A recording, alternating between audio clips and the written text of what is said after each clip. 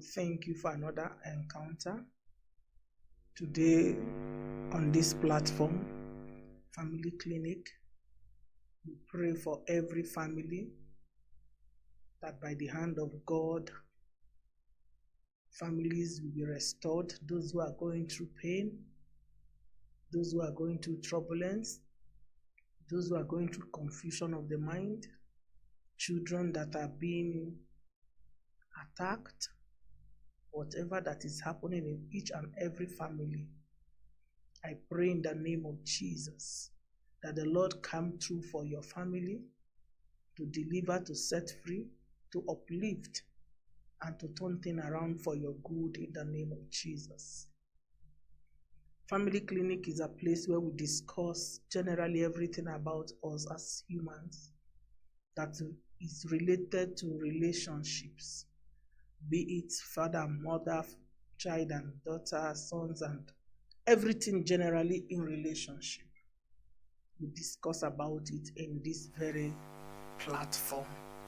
So today, by the grace of God, I want to encourage you to invite someone. If you have joined, share it to your group. If you have a group, put it on your status. Let someone know that we are live today in Family Clinic, so that we can learn together. You see, when we have the same understanding, it's easier to conquer together. So understanding helps two of us to work in a better way and get a better result. So I encourage you, if you are just joining, join and invite someone. If you are a leader in this ministry, in God's Word Embassy Church, invite your team and your group. Share to them, let them know that we are live. Let them join and participate. It is good to join and allow God to bless us as we engage in His glory. I can see. Share it, share it, share it, share it. It is important that people are connected so that they can be helped, they can be transformed, they can be revived, they can be restored. It takes the hand of God for transformation to happen in someone's life. And I believe today is one of those days where what we teach or what we learn can help us to become a better version of ourselves. So I believe you can tell someone, let someone know that we are live on Facebook, TikTok. I don't know if we are live on TikTok, Facebook, YouTube. Just connect. Let's hear what God is saying today in our family. Praise God. Okay, let me go straight to it because of timing. Today I will be teaching on or talking about evaluate yourself. Evaluate yourself. Evaluate yourself. You see, before you get engaged, or maybe you're already in marriage, it is always important that we actually evaluate. Screen yourself. Don't wait for someone to screen you. You can screen yourself. Let us know about you by you. Discover you. When you don't evaluate yourself, you can become a true disaster to people around you. Remember that Family Clinic is to help us understand how we can dwell peacefully with one another, including ourselves. So it's good for you to evaluate yourself so that you'll be able to understand which area of life that you need as an individual to work on, and which area of life, what goes on around you. It is through evaluation that you can understand your territory. You can understand your environment as a person. So I want to encourage us today. Please invite someone. Let someone know that we are live. Share it, share it, share it, share it. Let's come together to think about it or to suggest the areas you need to use or the material elements that you ought to put in place that can help you to evaluate yourself. Because I've met many persons who tells me, people who tells me, how can I evaluate myself? So today I'm going to tell you how to evaluate yourself. The areas that you are going to look into that can help you evaluate you. When you look at those areas and you see some certain things that we are going to discuss today, it will definitely help you to know you. Remember, we want to know you. Before you know people, before you become their friends, before you interact, know you. When you know you, you're able to know what you want and what you don't want. So let's go into it direct. How to evaluate yourself. Number one thing you must check out if you truly want to do self-evaluation is check your circle of friends and family. Check your circle of friends and family. What kind of friends do you attract? What kind of family members are interested in you? Do you attract friends who have nothing to offer? Or you attract friends who are actually a blessing to your development? If you can look through your phone and check 10 people that you think they are very, very responsible in your life, that's your circle. Not somebody that is just there in your phone and just there as an acquaintance. No. Your circle is those people who cares about you, who can do anything to see you succeed. They can be a burden bearer. They can be a stepping stone. They can be a ladder. They must do something significant for your life to move forward. Do you have such friends? Have you grown to that part where you have built a friendship that you can evaluate yourself with? You see the way people are talking about Donald Trump. You look at his inauguration. It was not jam-packed by politicians. It was jam-packed by investors, men of timber and caliber. He moved with the same circle. He is a rich, wealthy man that cannot be despised when it comes to wealth. And the people who came to his inauguration were the clique of his circles. And if you look at that picture there, that you could see that it was being posted online, it was picture of money. All the who to who, the biggest and the mightiest in the tech, they were all in attendance. It is not all politicians that went, but he did not forget to bring in his like-minded friends. Because that man likes economy, he likes financial growth. So he couldn't move with less than such people. So look at your clique. Does your clique look like you? Or even you have no what? You have not created your own what at all. You have nothing you are offering anyone.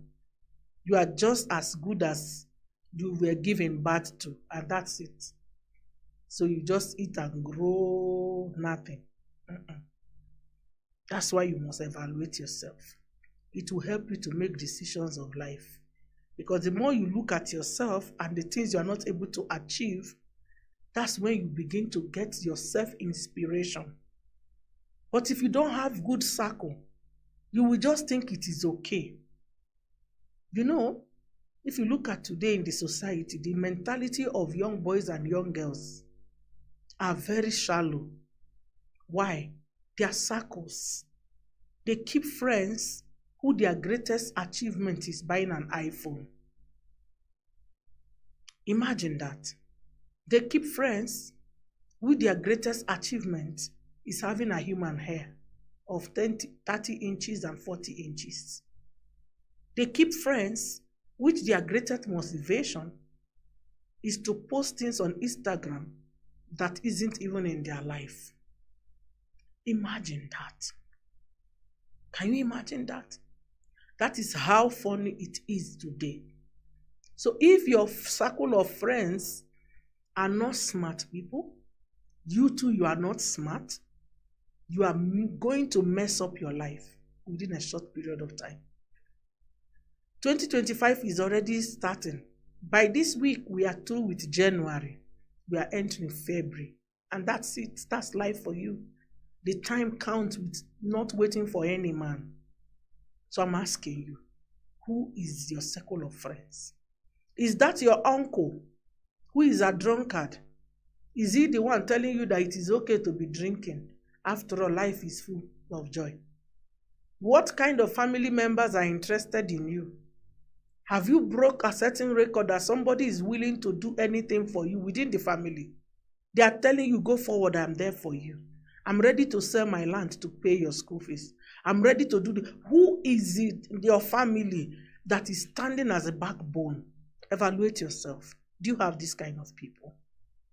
Or you have not contributed immensely in people's life to the point now they see you as a good project? You have to ask yourself a question. If nobody is standing beside you, behind you, nobody is holding your hands, or no one is willing to hold your hands, either you are doing something that is wrong, or you don't know how to keep a good relationship that ought to bear you positivity. You see the way we pray to God to bless us. He will not bless us by throwing blessings from earth to the earth. No. He will bless us using people that he will bring across our way. So friends that you meet on the way can actually be your ladder to your next phase of life. You must evaluate it. What is the circle of friends do you have now? If you have emergency of 10,000 or even 100,000, do you have friends who can even get something they can bring forward that can help you to come out of whatever that is holding your neck? Evaluate yourself. If you don't have such kind of friend, you have to start asking how to cultivate good friends, how to make yourself relevant to people to the point that they are ready to be a close friend. They are ready to do so many things with you that can empower each of you. It's very important. Number 2, evaluating yourself. You have to ask yourself a question. What motivates you into success? What are the things that you look around you? Or what are the things that speaks into your mind or around your life that is motivating you to decide to be successful? Are there things that motivate you?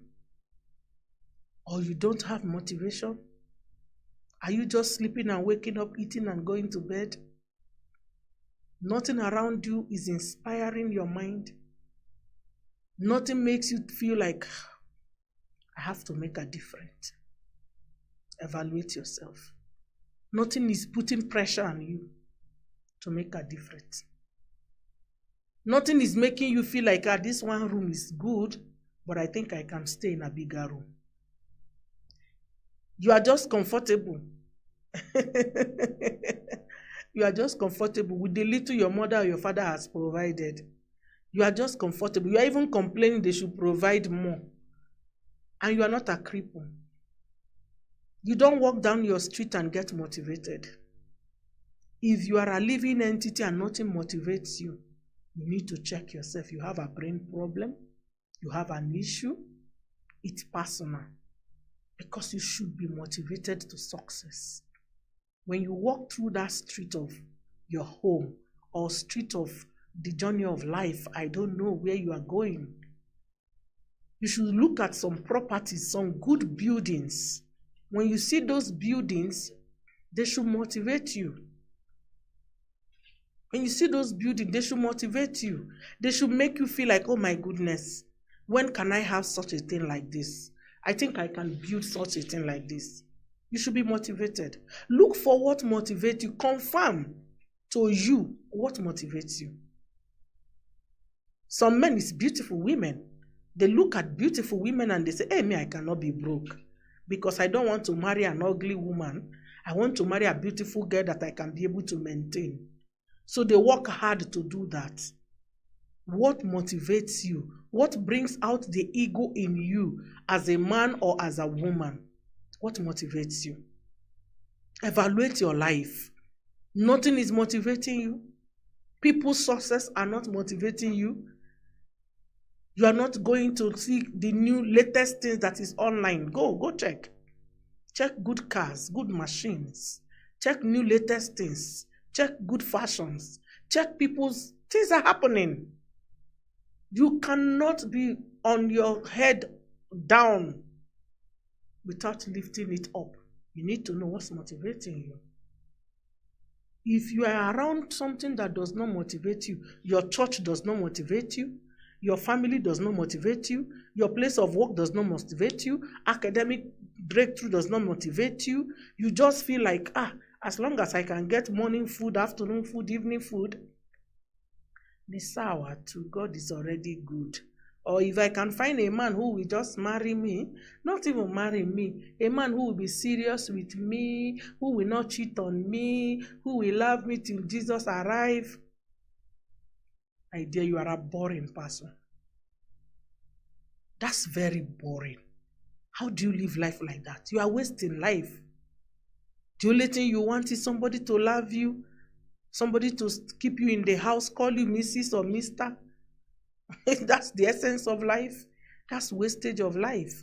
You should give way to those people who want to live large. Yes, it's wrong.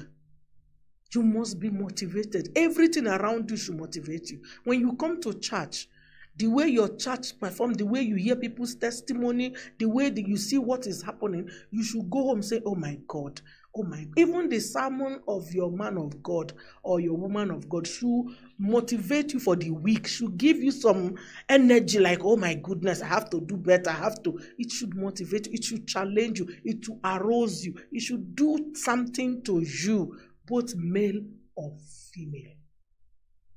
You cannot sleep week to week, days to days, month to month. Nothing is motivating you. Go to car parks. You don't need to buy to look. Go to good organization.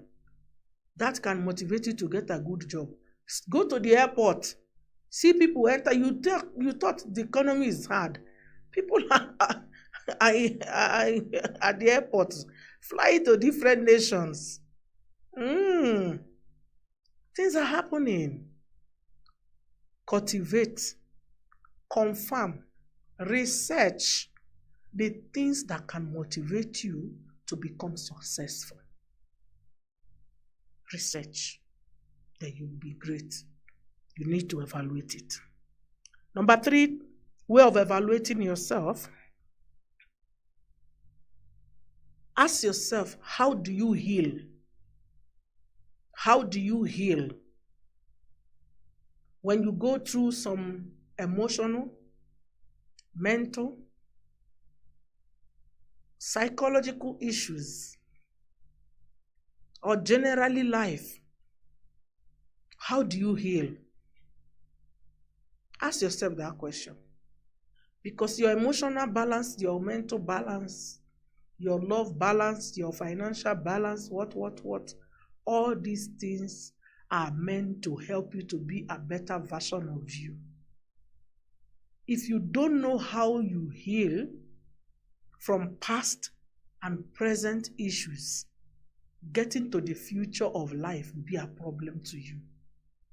There are some children who were abandoned at their infant age, and today they have not stopped mourning or crying or weeping for the sake of that abandonment.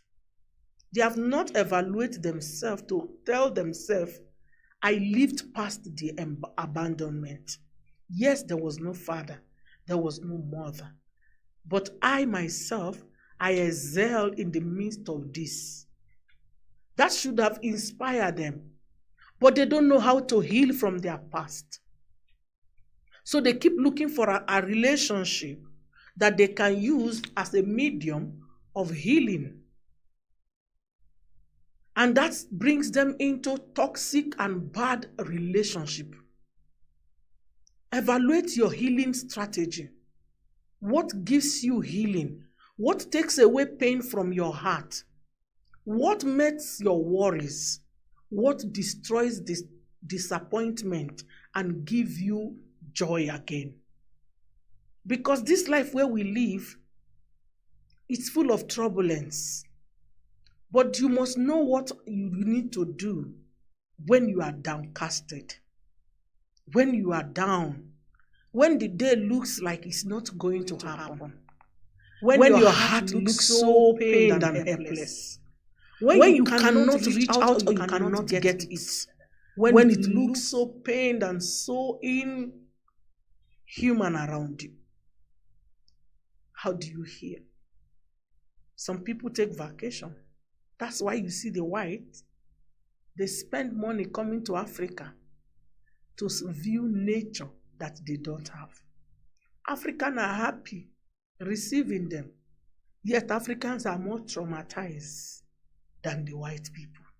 Because we never thought, nobody told us that in your state of life, you can evaluate your emotional balance, your mental balance, and realize if you are not stable, give yourself a break or cultivate an attitude of healing that helps you become habitable. Because many of us, we cannot habit with people. It's difficult to cohabit with you because you snap, you nag, you put up moods. You are sick. You need healing. And you are not getting it. You are not even working towards getting it. So anyone around you has to suffer because of you. You don't even know you need healing. Some girls were raped. They were raped and their response now is very bad. They are in marriage. They can't enjoy sexual life because of the memory of that rape that has been in their mind, but they never took it out. Some people think if you cry, you are weak. Some people, through tears, they get healed. Some people, through talking, through having a secret conversation with someone you think you trust. You have tried them, you know. You carry so much burden and heaviness in your heart, day in, day out, and think you will be normal. No. The reason why many of you are not smiling is because of too much pain. Too much question that has not been answered. Too many confusion that does not make sense. Too many weight and happenings within our lives. And we keep sitting on them and we become a timing bomb. Anybody who then comes close to us becomes the victim of our sickness. Internal sickness. We don't heal. Sit down and check yourself. Are you okay? Do you need a shoulder to cry? Do you need a drive? Do you need a walk? Do you need a vacation? Do you need a nature? Do you need to swim? What do you do to heal you? I often say, if I feel sad, I eat sweet things. By the time I close my eye and go through a sweet chocolate, oh my goodness, it brings me some kind of sweetness. And by the time I'm opening my eyes, I'm not going to remember that I was bitter or angry. Sometimes, if you send money to my M-Pesa, it's better than any problem.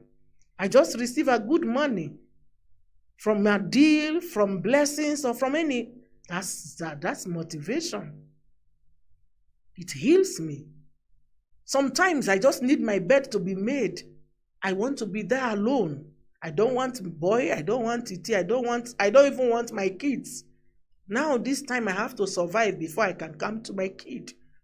Yes. How do you heal? Sometimes I just don't want to pray. I just want to stand, meditate, and tell God, do with me what you please. Ask yourself, how do you heal?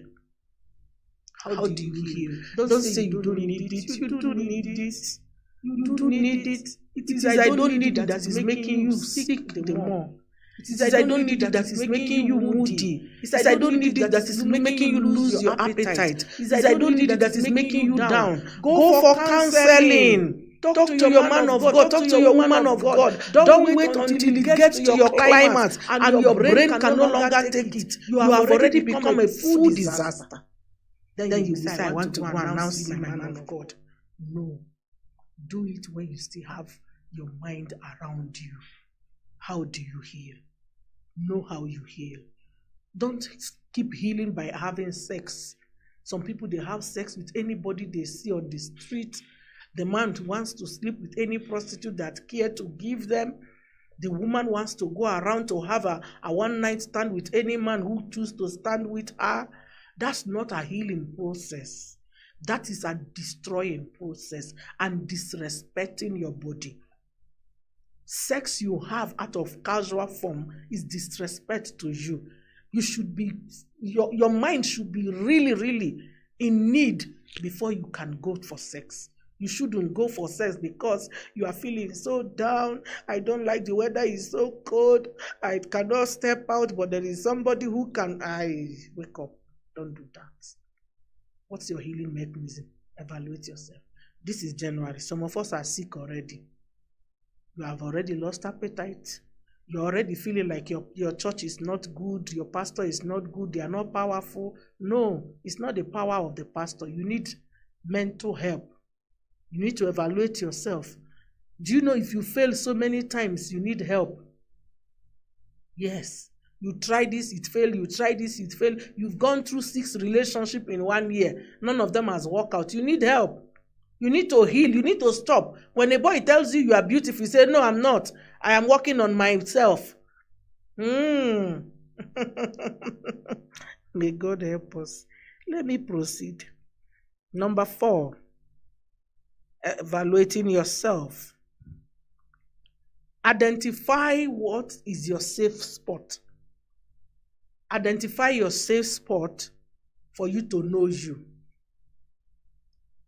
Identify your safe spot. What is your safe spot? That place where you are and you can be you. Identify it.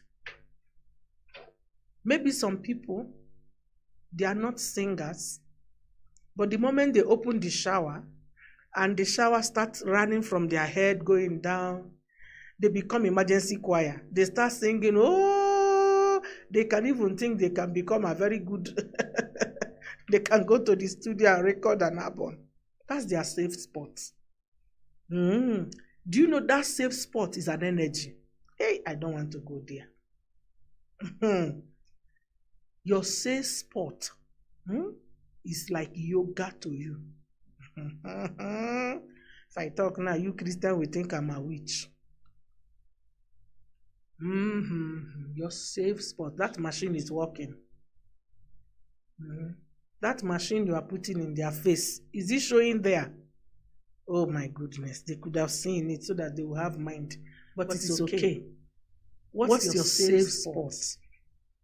What is your safe spot? What's your safe spot? What is your safe spot? Evaluate it. Find out. Check it. Research it. Your safe spot.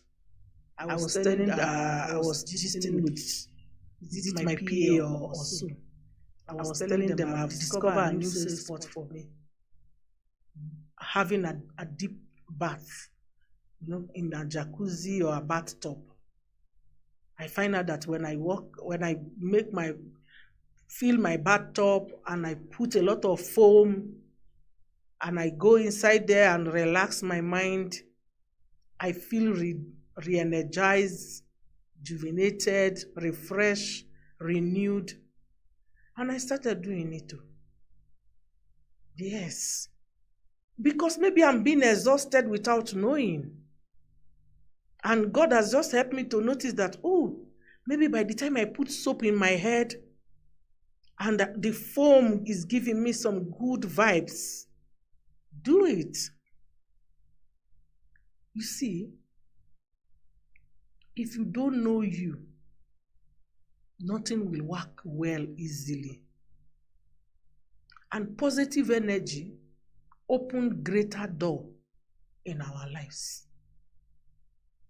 No, some of us, when we are pained and tears in our eyes, we go to God in our knees. We kneel down, meditate, cry out our pain, and He purges our heart from that heaviness.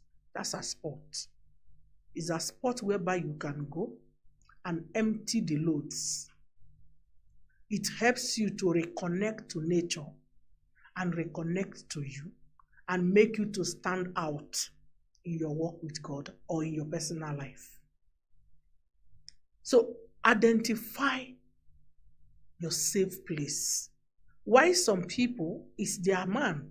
Maybe they love their man so much that hugging the man, putting their neck on top of his shoulder, but I pity you if that shoulder break.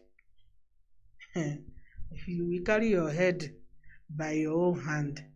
So try to make sure that you have good spots, but it is good to identify it. You see, when there is a lot of tension around you, go to your safe spot. Some say I have prayer, some say I have a prayer room, some say I have a gym room. Maybe you go to your gym, you feel so tensed, life is so unbearable, expectations are being delayed, struggle is so much, deniers are there. Go to your gym and run on your treadmill. As you are running, you are dropping those baggages and luggages. Remember, self-evaluation is all around. It helps you to succeed. It helps you to become better. It helps you to be focused on the direction and your result. Because of time. Number 5, evaluating yourself.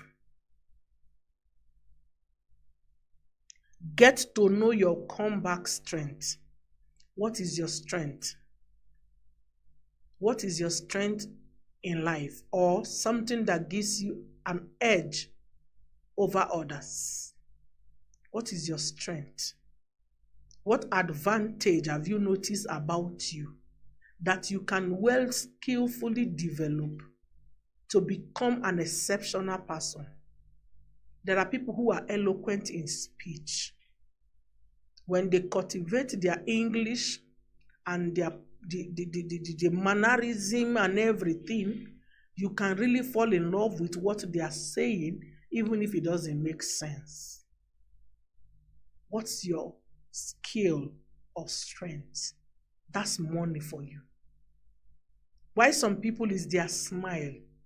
When they smile at you, if you were angry with them, it evaporates. Why some people they are laughing, they have tenderness. When they speak to you, their voice is very soft, their words are very kind, their eyes are very relaxing, their feel gives a giveaway moment. What's your strength? Is your strength gossiping? That means you will be poor in your life. What's your strength? What do you have in the? What are you bringing on the table? Let's say that's the strength. What is going to make you different in that place? What is going to give you an edge over others? What's your strength? What's your strength? Your strength is very important. Your strength is very important. Your strength is very important. What gives you strength? What makes you bigger than others? For that man to break his head, for that organization to break their protocol, for that church to find you indispensable, what is your value? What do you add? What's your relevant? How will you be remembered? How will you be looked for? What are you known for? Please cultivate something. Look at yourself. If you are not expert of any, you don't bring anything at all. Even you are failing you need a serious checkup. Readdress yourself. Life is beautiful. Don't make it hard.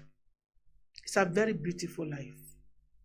You just need to know the right step to take and the right things to do at the right time. And you'll be happy you are doing them. But failing to do the right things at the right time will cost you pain of life. Many of the demons we are fighting, some of them is because we don't sit down to take proper decisions. One good thing about God is that whatever you decide, the consequence will wait for you. That's one thing about God. He's not going to compromise his standard because of your decision. Remember, Jesus said something. Which man will want to build a house without sitting down and count his cost? If he will be able to build that house. Because if he's not able to build that house, automatically he will be mocked because he did not plan properly. Child of God, wisdom is very important. What gives you strength? Where is your strength? Where do you stand out? The last thing I'm going to talk about is financial growth. Always evaluate your financial growth. Who are you in the corridor of finance? Even if you have not arrived to the top, are you taking baby steps? Are you even in the knowledge of greatness in financial doors? What do you know about finance? What do you want to know about it? How are you seeing money? Do you know there is money transaction?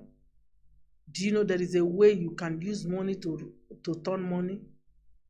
Growing financially in wisdom, in your pocket, and in your investment is very important. That is a continuous growth that you must have in your evaluation. Every month, every year, every 6 months, every 3 months, sit down, evaluate yourself, and find out what you have done so far within these years of your life, or months or days, that is making you financially better than what you were yesterday. You must evaluate it, because for your life in general to be successful, a cash flow will play a major role. Your relevancy in life is attached to your financial growth. If you don't grow financially, there are people that will naturally, they will disrespect you. They will never call you anything. But when you grow in that corridor of financial strength and power, you don't look for them. They look for you. They stand with you. They will not even let you know how big they were, because you didn't have the financial strength. So they feel threatened, come into your circle. But when they realize that you are also a financial guru like them, life made easier. May God strengthen us. Give us wisdom as an individual to be able to understand how to operate in our financial quest. But never allow yourself to live a life without financial growth.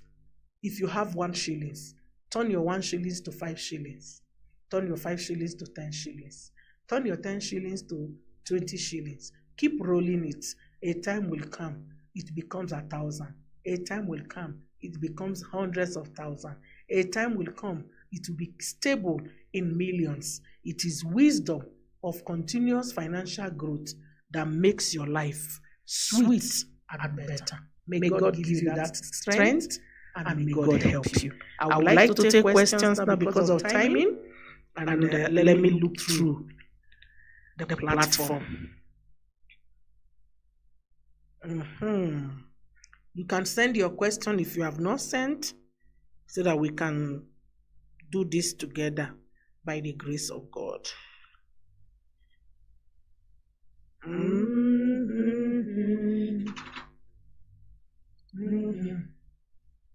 Mama, how does one handle a case whereby their family more. So their parents are so toxic. Limitation, I can't see very well. Oh, sour. Let me use my own. I'm sorry. I don't have your kind of eye. I always see spiritual things. I've told you before. You think I'm lying? By the way, it's true. I don't see these things you people see physically. So when my eyes is so clear in this, my eyes is so clear in the spirit, but physically, I have to strain the eyes to see something. It is true. Okay. But the media, you are doing well. Are so toxic, limiting their joy. How does one heal in this situation? Yet, these are people who are often very present in your life. One thing you must first of all ask yourself, you ought not to be in your parents' disputes. Never allow your father or your mother to carry you into their family matter. I can assure you, don't. They will destroy your future for you. Ignorantly, many parents have done that to their children. Never allow your mother, your father, if they have fight, please stay clear from their fight. If they have anything, stay clear. When they finish, let them settle within themselves. Don't take side with your mother. Don't take side with your father. Be neutral. When they started their journey, you are not there. Whatever mistake they have both made, make jokes if it is possible. Just move on. That shouldn't determine your own way of life or anything. The moment you get involved, that's when their toxic relationship will destroy your mental strength. And when that happens, if you don't notice, you have even been destroyed. Because sometimes you won't notice until you grow out of the home and you see yourself doing the same thing you saw your mother or your father repeating. The same thing. That's when you realize that you have inherited something that is bad. So, but if you are wise enough, see what is happening, don't bring it into you. When they try to get you involved, just tell them, my dear, please, this thing, you know better than me. I shouldn't be the one coming here to fix it, especially when you have not been mature. You are not mature yet. Wait until you are full grown before you can speak about them. Not when you are still in your developmental stage. They will destroy your academic, they will destroy your emotion, they will make you mentally unstable. Run away from them. Me, I used to tell my father, I'm not your wife and I will not be. I'm not your husband and I will not be. And you can't put me between the two of you. I wasn't there. Yes. This wisdom, I got it when I was very small. I'm sure my people are not surprised because I used to talk things like old people. And they used to beat me very well also. So don't let them put you in the circle. But if you find yourself and it has already been happening, go and look for a counselor. Look for your man of God, look for your woman of God. You need to air out the things you have seen, especially if your father beats your mother or your mother beats your father. There's a kind of violence. And that thing, it is in your mind. It has created an impression. You won't know it is there until you will realize it is there. Yes, it's there. It is when something will happen to you, you will realize that insecurity has been instilled in you, unknown to you. So you have to fight it when you can. But if you have not get entangled, run like your life. If they start fighting, run away. They kill themselves. Their family will bury them. But you would have survived. People will not like that one.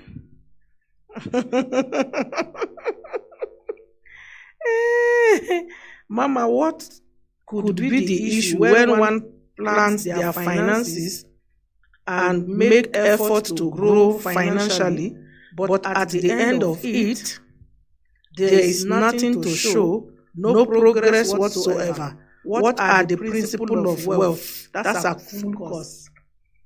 There is nothing like you plan your finance and it's not growing. Finance grow. You only spend for it not to grow. How does finance not grow? If you have a safe boss and every day you are putting 100 shilling in that safe boss, if you are religious in putting it, definitely at the end of the month, 100 times 31, you know what you will get there. That's growth.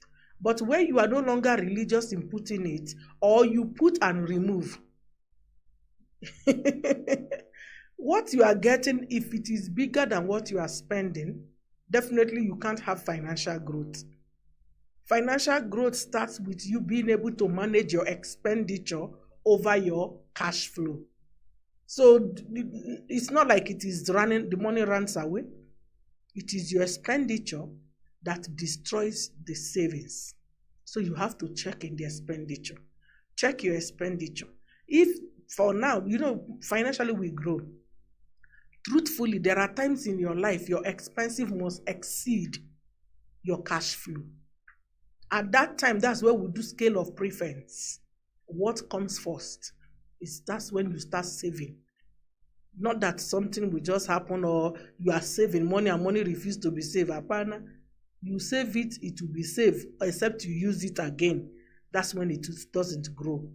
Or you are having what we call, you have much problem when you have money. There are some Christian or some people, not even only Christian. You have money. Anytime you have money, you have problem. Anytime you have money, you have issues that take away those money. Check yourself. Do you pay your tithe? Do you pay offering? Are you a kingdom investor? Because the Bible told us that the only way we can protect our finance as Christians is through tithe and offering and our investment in the hands of the work of God. If we don't do that, there is devourer, there is caterpillar, and there is palmerworm. And all of it, plus the curse that God says you are cursed with a curse. So tell me, if you are not giving in the church, you are not securing your money. You are not giving to herbalists, you are not giving to church. You are not an investor in the house of God. The devil will give you now job now because you cannot be neutral. You are not a car. You must be either driving or you are being held by the tormentor.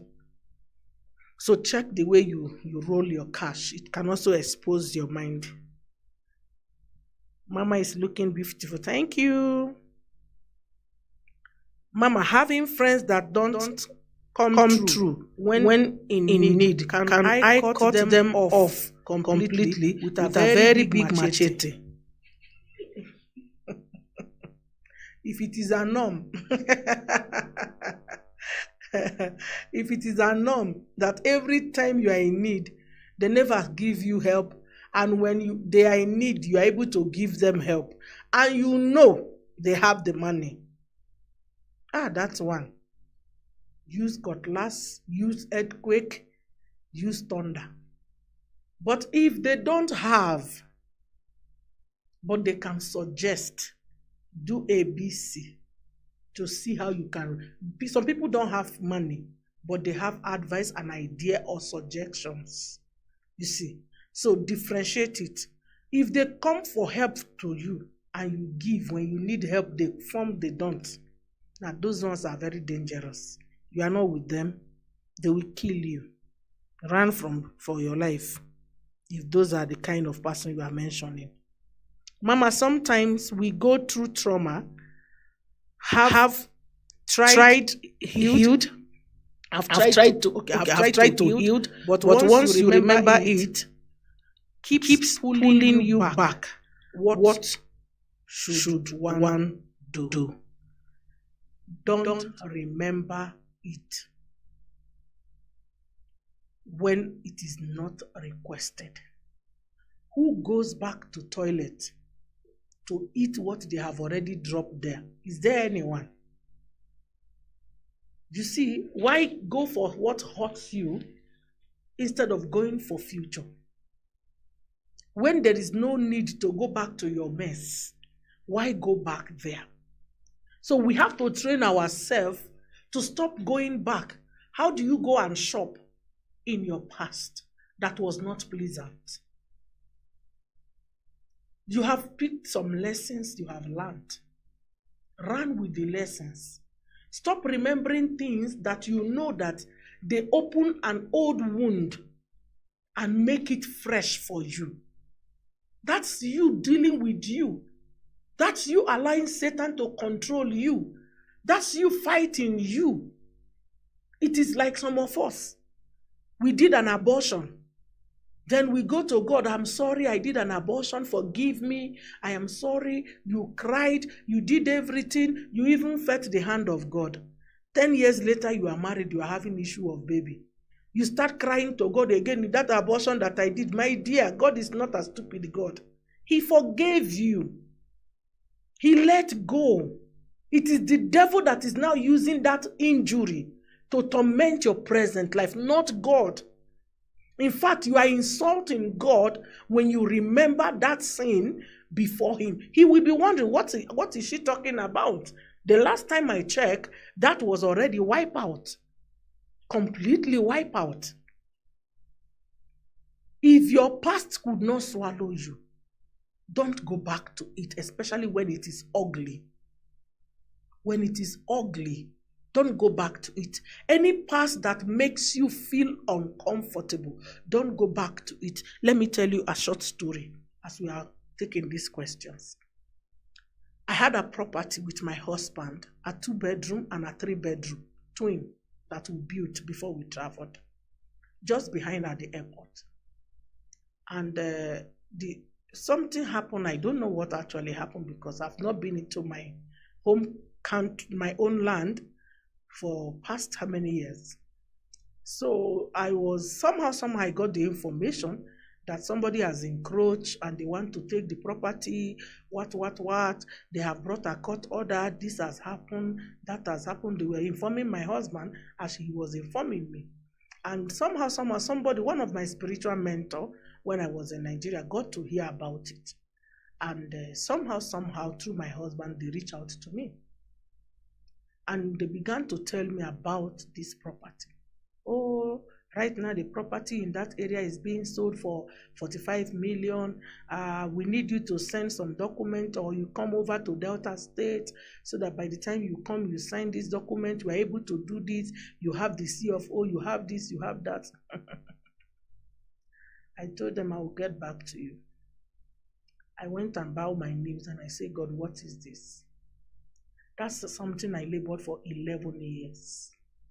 And God took me and said I should go do ministry. I said, God, what is this?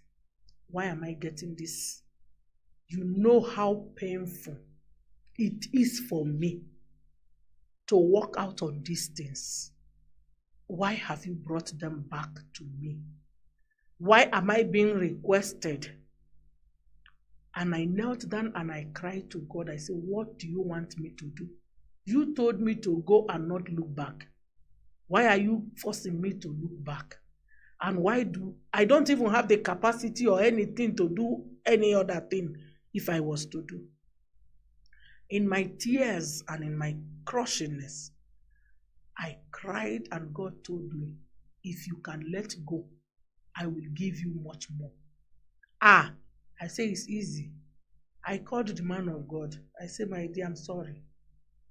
That property cost me a lot of pain.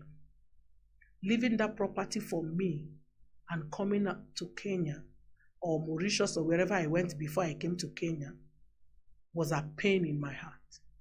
And the pain that it brought to me is too much that I wouldn't want to consider talking about it. I say, if that property have to go, let it go. The man thought I was mad. He called they tried to, I said, no. It's not a discussion. I'm not talking about it anymore, and nobody should tell me about it. I say, let it go. If the assignment ahead of me is bigger than what you are bringing me back. Because truthfully, if I go there, I won't come back here. Why come back here? Am I stupid? At that time, I don't even have where I'm staying. I'm staying in a small house. And you are telling me to go save a house that I ran out of. I'm not even living there. To do what? And God chased me like I was a fugitive or something. I declined. All effort, I declined. Everything they tried to tell me, I declined.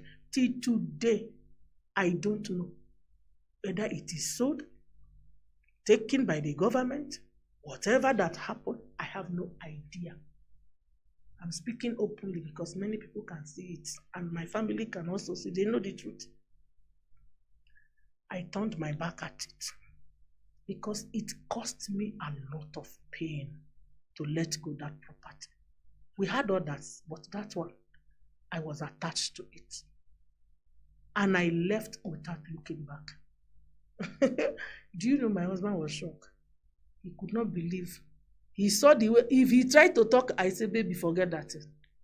The God who built house in Nigeria is the same God who built anywhere in the world. So if people wonder why is it that I have the grace to own properties or something, they should go to my pastor and see that there are bigger things I forgo for the sake of the work of God. So you as a Christian, stop looking at only your back. Because if you keep looking at your back, you will not get the best. Can I shock you? By the grace of God, the house where me I'm living is even better. That one was a bungalow. I don't think, even if you dash me a bungalow now, I can't live there. Why? I can't live on the earth anymore. You have to climb up. Imagine. But Satan wanted to take me back. And can I shock you? Oh God, thank you for this testimony. I've never shared these things. Do you know, as at the time I was being called, if I have left, that is the time COVID came in 4 months afterwards. Do you think at that lockdown, will I be in this assignment anymore? Satan can always use your past to massage you. Stop being sentimental over your past. I moved on. If they ask me to go and buy that property now, safe, I will not want to buy it. I can't live in that area anymore. I have to live in a bigger area. God is good. That's it. So don't allow your past to keep cropping and messing up your present. It's bad. Move on. God has always have a better plan than any other plan you can think of. So move on. March forward. Forward, forward, forward only. May God help us. Mama, will it be wrong for me to cut off friends who are now useless to me, but they helped me significantly in the past? Will this be wrong? Will I be a bad person for this? Yes, you will be. You don't cut people completely. Some people come to your life stage by stage. If their stage is over, keep them.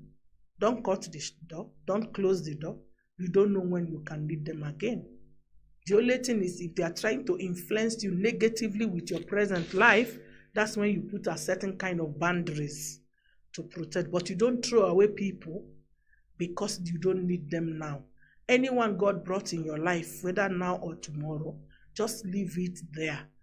If they are not useful today, leave them as long as they are not pressuring you and they are not trying to mislead you. If they are trying to mislead, that's where you have a problem. You draw a boundary. But if they are just there in your phone, they don't call you, you don't call them, just leave it. A day will come, you don't know. Maybe they will need you or you will need them.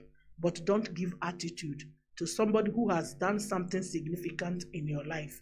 If they give you attitude, just stay within your boundary. God will help you in future. Mama, what happens when you notice that you are the toxic friend who people are cutting off, yet you try to change, but people still don't want to renew relationship with you? What should one do? Yeah, some people will not want to renew relationship with you because it's hard to believe that you have changed. That's just the truth. You see, when you hurt someone again and again and again, they start losing the mental sense that you can be trusted. The more you kill trust, the more you lose friendship. Trust has a way of expiring without renewing. It's very dangerous. There is a way people will trust and trust and try to build the trust. They get to a point they can no longer trust even your present, because trust expires. If you keep killing it, it will die. When it dies, it is difficult to renew. So you have to now bear the consequence. Use your good character or your changed version to acquire new friends and learn to protect them so that you will not lose them the way you have lost the past ones. But I cannot tell you to force yourself on someone who have decided not to trust you anymore. People are protecting themselves. Madness is everywhere. Let me tell you, the people on the street mad are very few. The ones inside the house that are mad are more than the ones outside. Yes, you think people just wake up and start shouting. It is part of madness. It's just that it has not been fully diagnosed. Mama, how can one handle a relationship where the person was very important to you? Although there is a lifestyle change, you feel uncomfortable being with them. Is it okay to cut off such friends? It's very okay if their lifestyle is challenging your personality and you don't want to go to that area. Lifestyle is very important. If your lifestyle, the Bible, those who speak English, let's start from there, said, birds of the same feather flocks together. If she's a thief and you are not a thief, what friendship are you keeping? Lifestyle, if they are not going your direction, don't go to their direction. Exit is the best.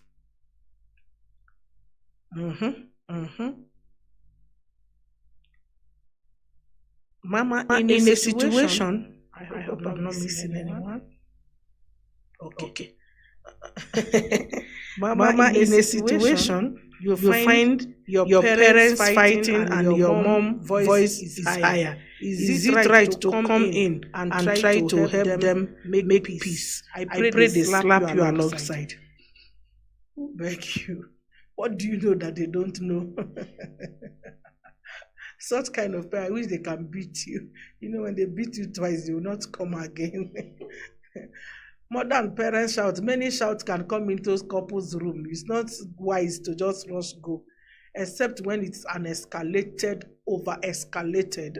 That's when now you can see that maybe your mother is running out or there is a hitting, you know. But these days, women cry in different way. I wouldn't ask you to go because you don't know the type of cry they are crying. Yeah. So you just keep your cool first. If your mother need help, she won't cry, she will call, help, oh. You go and beat a woman who is enjoying her life. Everybody cry in different way, my dear. May God give us wisdom.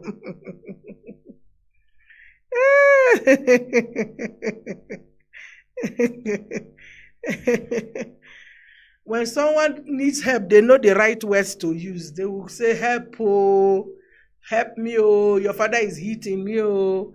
But when she's shouting all those other shouts without calling the real help, my dear, be dumb and deaf in that house. Until you are needed, you will be told.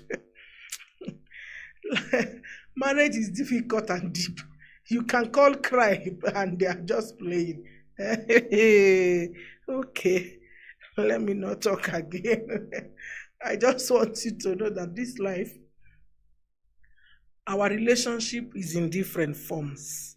Yeah, our relationship is in different forms. The way people respond and the way people receive is actually two different things. Some people respond in a very bad way. Some people receive in a very bad way. But the important thing is that build what you want, so that anytime you see what you don't want, you avoid it. Build what you want. Anytime you see what you don't want, run away. You see, marriage is not a do or die affair. I was just discussing something with my husband this evening, and I was telling him the problem with men is that men don't know what is offense. That's just the truth. Most men have not understood what is offense. So they wonder why women are so difficult. But you see, if your mother is standing and your wife is standing, and you tell your mother, come and go eat in your house, and your wife has just finished cooking, do you know, as for a woman, that's a big offense. Even your mother knows, but she will not tell you because she's happy you have given her a bigger credit. But in the law of a woman, it is your wife's food. You should tell your mom, come, we go eat. My wife has cooked. Now your wife will feel like the special guest of honor that has cooked the food for honorable people to eat. But a man who is just a man will think that telling the mother, let's go to your house and go eat because I have missed your food, is trying to make his mother feel good. It is your father that makes your mother feel good. It's not you. Do you know when you do that, in the night when you bring your hand, the woman will throw your hand from Matasia to Ngong. She will fling it away. You will be asking, what's happening? What happened is that you took your loyalty to your mother unknown to you. As simple as it is like this. Just like this is problem. So the language of a man and the language of a woman is something that I don't know. We really need to really talk about it so that men will understand. You are going on the road, you are with a man, and you are with the car with probably your spouse or someone you are driving with her. And these girls that you don't know whether they have won the bomb or they have done BBL, maybe they are carrying silicone in the nyash, but it is already protruded. You don't know what they are carrying, because you feel it is a shape. Then you decide to look to the point that your woman realizes that you have been looking at that buttocks. You know, that's a very big problem. Even if she pretend like she did not see you look at it. Wait. The attitude you will get when you get to the supermarket is not the same you left home with. The attitude will just change automatically. What happened? You looked. You were driving or you did not even stop, but you were looking like a zombie. You carried somebody in the car and you were looking as another person. Now that's women for you. They can't spare you. They will keep you quiet. If she was to buy something of 2,000, she will buy 5,000 to punish you the more. I used to see, there was a lady who said, I love giving birth every year so that my husband will keep buying baby food and pampers. He will never see money to give to her side chick. And the man, his head is shifting every year. The hair of the man is shifting every year.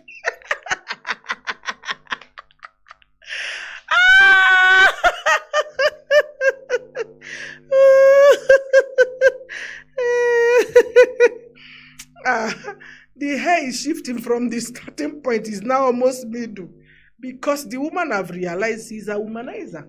So every year they have 6 now. Every year 1 baby. So you buy pampers for the new one, you buy for the one who is 2 years, then you continue. So 1 to 6. Ask me, would that man ever survive if he's in his house? His house is like barrack. The woman, the children will they will just all of them traumatize family.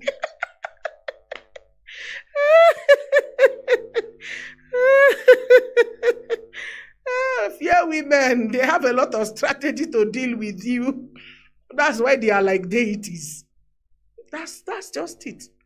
That's just it. Learning these things will really help a lot of couples. Women are very tolerant. Do you know that? A woman can live with a man and yet you are not her spec. But she will live with you for donkeys of years. But a man will not manage a woman who is not his even appetite.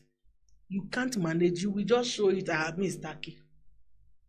But this woman already know. He's using you to wait for the main man. And he's with you. He's treating you nicely, but you already know that he's not you. I don't know. If you don't fear women, I don't know who you are fearing. I don't know who you are fearing. Oh my God. The Lord bless you. I want to invite you for tomorrow's service. I encourage you to come. Let's worship God together. And don't forget also, we have on Sunday's service is our 4th service. where we are also going to. I think that's the first Sunday of the year, right? Of the new month. So come. Let's do it together. It's our communion service also. You see, God loves us. God is interested in you and I. God wants our life to be sweet. And all these things I have taught you today, I want you to practice them. Go back to the evaluation. You have been asking, how can I evaluate? I've given you a guideline on how to do that. You go do it and see what God has for you. And come back with a testimony. This year you will be guided, and God will help you through that guidance to understand the things that you will be able to understand. I want you to know something. Every time in our life, we should be able to understand what God is saying per time. If you are not able to evaluate what God is saying, I can assure you, you can become a disaster yourself because you don't know what God is saying at that time. It is me encouraging you. Always find out. Try to evaluate yourself. Discover you.